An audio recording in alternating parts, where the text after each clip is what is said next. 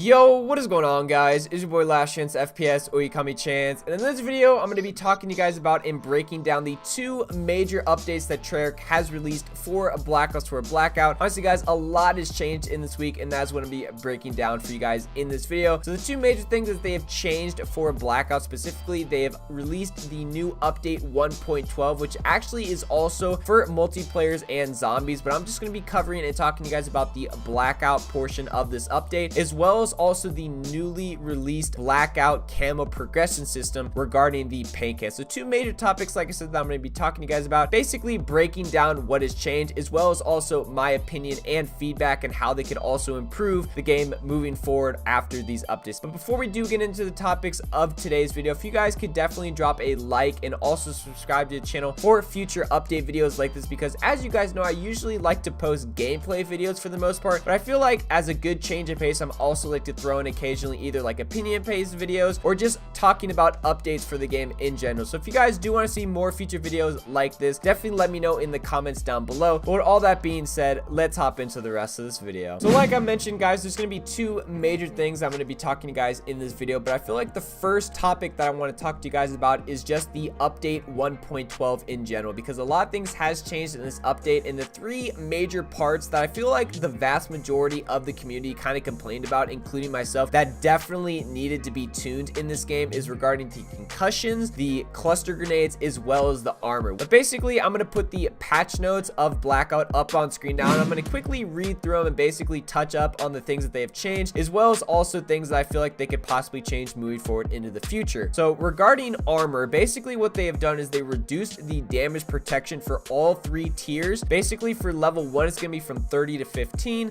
level 2 went from 40 to 25, and then level 3 went from 50 to 35. So basically what that means is that the armor is going to grant 1 to 2 less shots less of protection when you're getting shot. So it's not really going to feel like people with the higher tier armor is going to be as tanky, because as you guys know, if someone has 200 health with level 3, they almost feel invincible when you're shooting them because how many shots they actually take. And I actually have put in a little game time played myself after they've released this new update, and I could definitely tell you guys with facts that you could tell when you're shooting someone that's taking a bullet or less to basically kill him. Like, you could tell the time to kill is basically gone down a little bit, which is good, because I feel like in Blackout the time to kill was on the higher side, which I kind of got annoyed with a little bit. But with this update, I feel like it went in the right direction. So overall, I feel like the armor is in a better place now. And also something that they've changed with level 3 specifically that I actually didn't even know about was that they've reduced the melee weapon damage from level 3 is also as the explosive damage. So that just made it seem like level 3 was even more OP than it already was. So I'm glad they made those changes in the first place to level 3, because I feel like that really didn't deserve it in the first place. And they have also increased the armor plates required to repair a single durability part of the level 3 armor from 1 to 2. So as you guys know, there's kind of like 5 little, I guess, parts of the line to repair level 5, but now one line takes 2 armor plates. So if you get in a gunfight and your level 3 is almost broken all the way down, you can only repair it all the way up to only halfway repair. So I feel like if you have level 3 armor, basically the way to always keep it to the max health is to constantly get kills and constantly get armor plates off of other players to basically repair yours. So I feel like armor 3, it's actually going to require you to basically play more aggressive to maintain your level 3. Otherwise, level 2 actually, in a sense, be a good alternative. But regarding the armor part of this update, I feel like it's definitely in a better state, and I'm glad with this part of the update. So the next part of this update that I'm going to be talking to you guys about is going to be concussion grenades. And you guys know I have made so many videos talking about the concussion grenades, how OP they are, how annoying they are, and just overall how they ruin the game in a sense. So basically the update part for the concussion grenades reads that they've reduced the effect area, the duration, the throw distance, and then also reduced the occupancy of the white flash when initially concussed. So basically they've changed all the things that make concussions OP basically now to either on a more level playing field. And they also say that when concussed, players can now use equipment, continue holding equipment, perform melee attacks, and also switch weapons. So basically, if you guys know, when you used to get concussed, you couldn't do anything to counter it, like even remotely do anything. It basically held you completely renderless. That's what I hated the most about concussion. So with this update, they have changed that.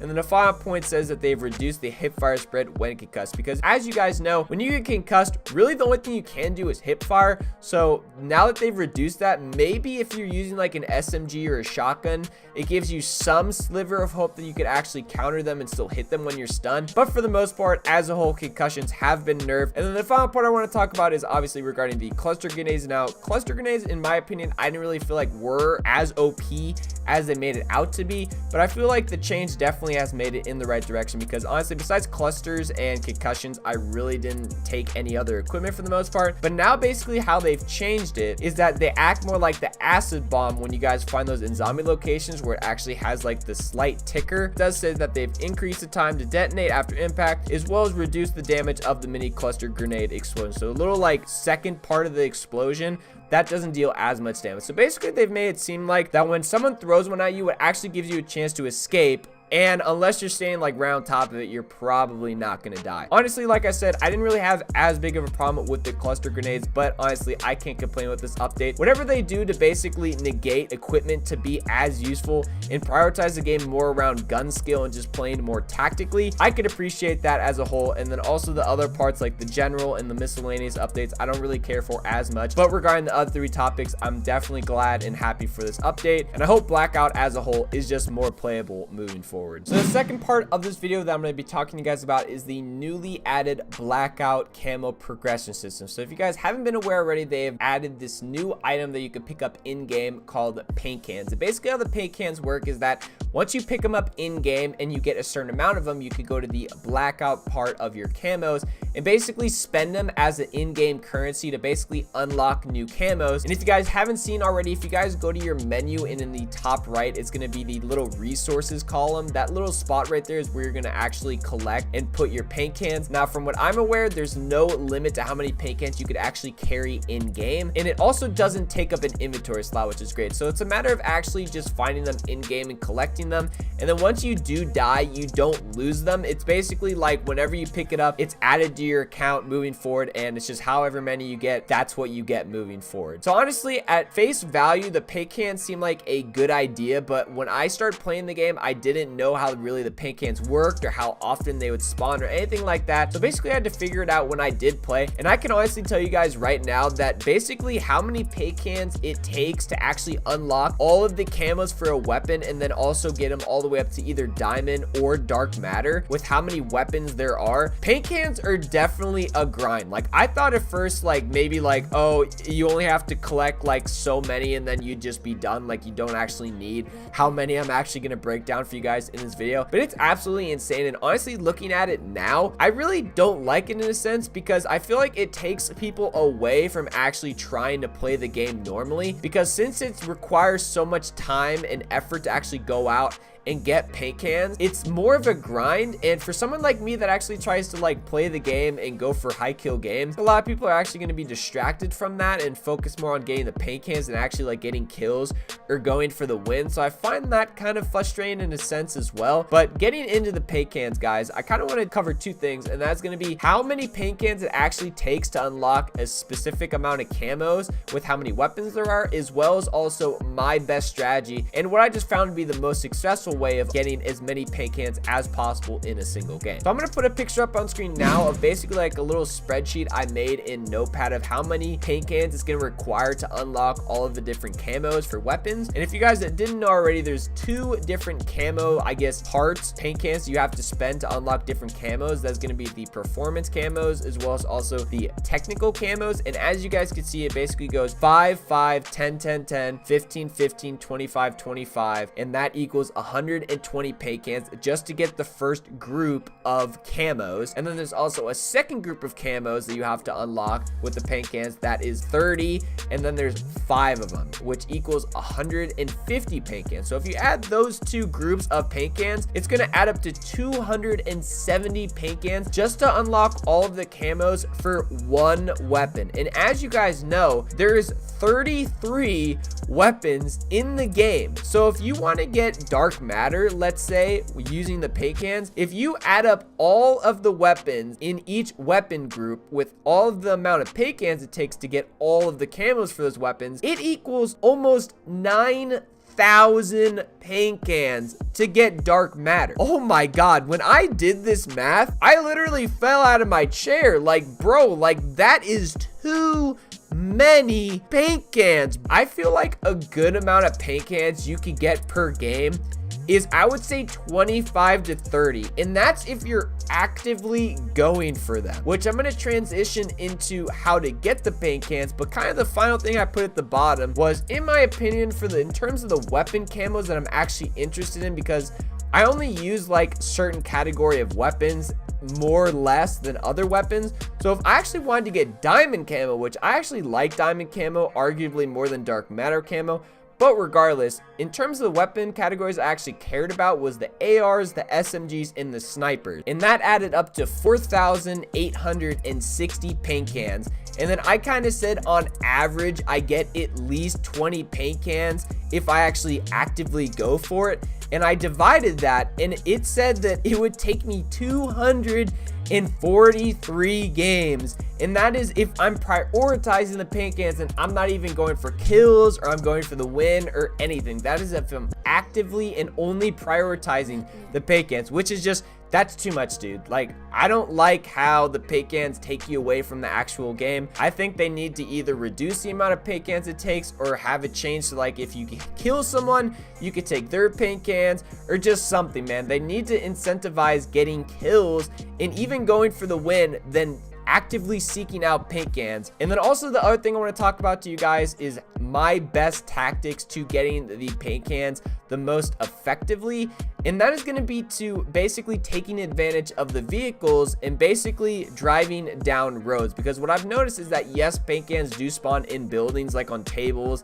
and desks and beds and whatnot, which you could definitely do that as well if you just want to go around and scavenge buildings. But I found another really good way to take advantage of the vehicles is that they randomly spawn on roads. I don't know why that's the case, but if you guys notice, if you're driving down like a 2-lane or a 4-lane or even like one of those single lane dirt roads, they randomly spawn throughout the road. So what I found is that you could basically drive down the road, and then once you guys see a paint can, stop, get out, pick it up, and then do the same thing over and over. And I found another good way to pair this up is, as if you guys watching this video, is that now they have released the new LTM ambush that's been out for a little bit now, where it's only snipers and like Bowie knives and whatnot like that. And what I found is that with taking advantage of people using only snipers and not like regular weapons, is that you're harder to kill when you're on a vehicle. And I feel like the game also lasts long enough to where it gives you time to get paint cans, but it's not like too slow in a sense with the storm and how it constantly moves. But what I found is that if you basically just go around new streets and just do this tactic, you could easily get up to like 35, maybe even 40 cans if you play your cards right. Because I'll put a picture up on screen now. The most cans I've gotten in a game is 37. That's like my PR. I would say on average I get about 25 paint cans, maybe 30. It's still gonna take you an extremely long time, because if you're just playing the game regularly and you're trying to find paint cans, you might get like 10 maybe if you're lucky. Like, that's just if you're not going for it.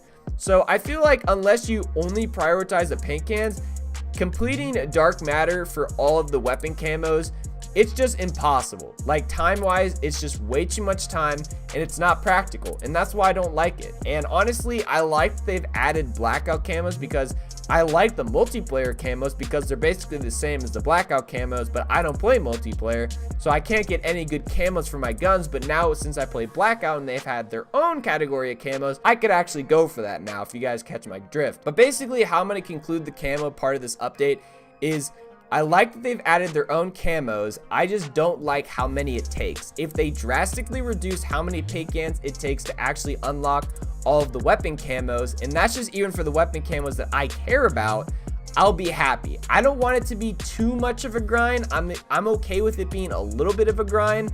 I don't mind a good grind every now and then, but in a blackout game and just a BR game in general, they need to incentivize getting kills as well as even getting wins. I don't know why they couldn't have just done it where if you have like X amount of kills or maybe even X amount of wins with a certain weapon in your inventory, that would count towards the weapon camo challenges. I don't know why they didn't do that. Even though it's RNG, I still don't know why they didn't do it. It's not like it's that hard to get a specific weapon in game. But regardless, guys, that is all of the new updates that have been going on with Black Ops 4 Blackout this week. Honestly, a ton of things have changed. I definitely like this update that has definitely made the game way more playable now.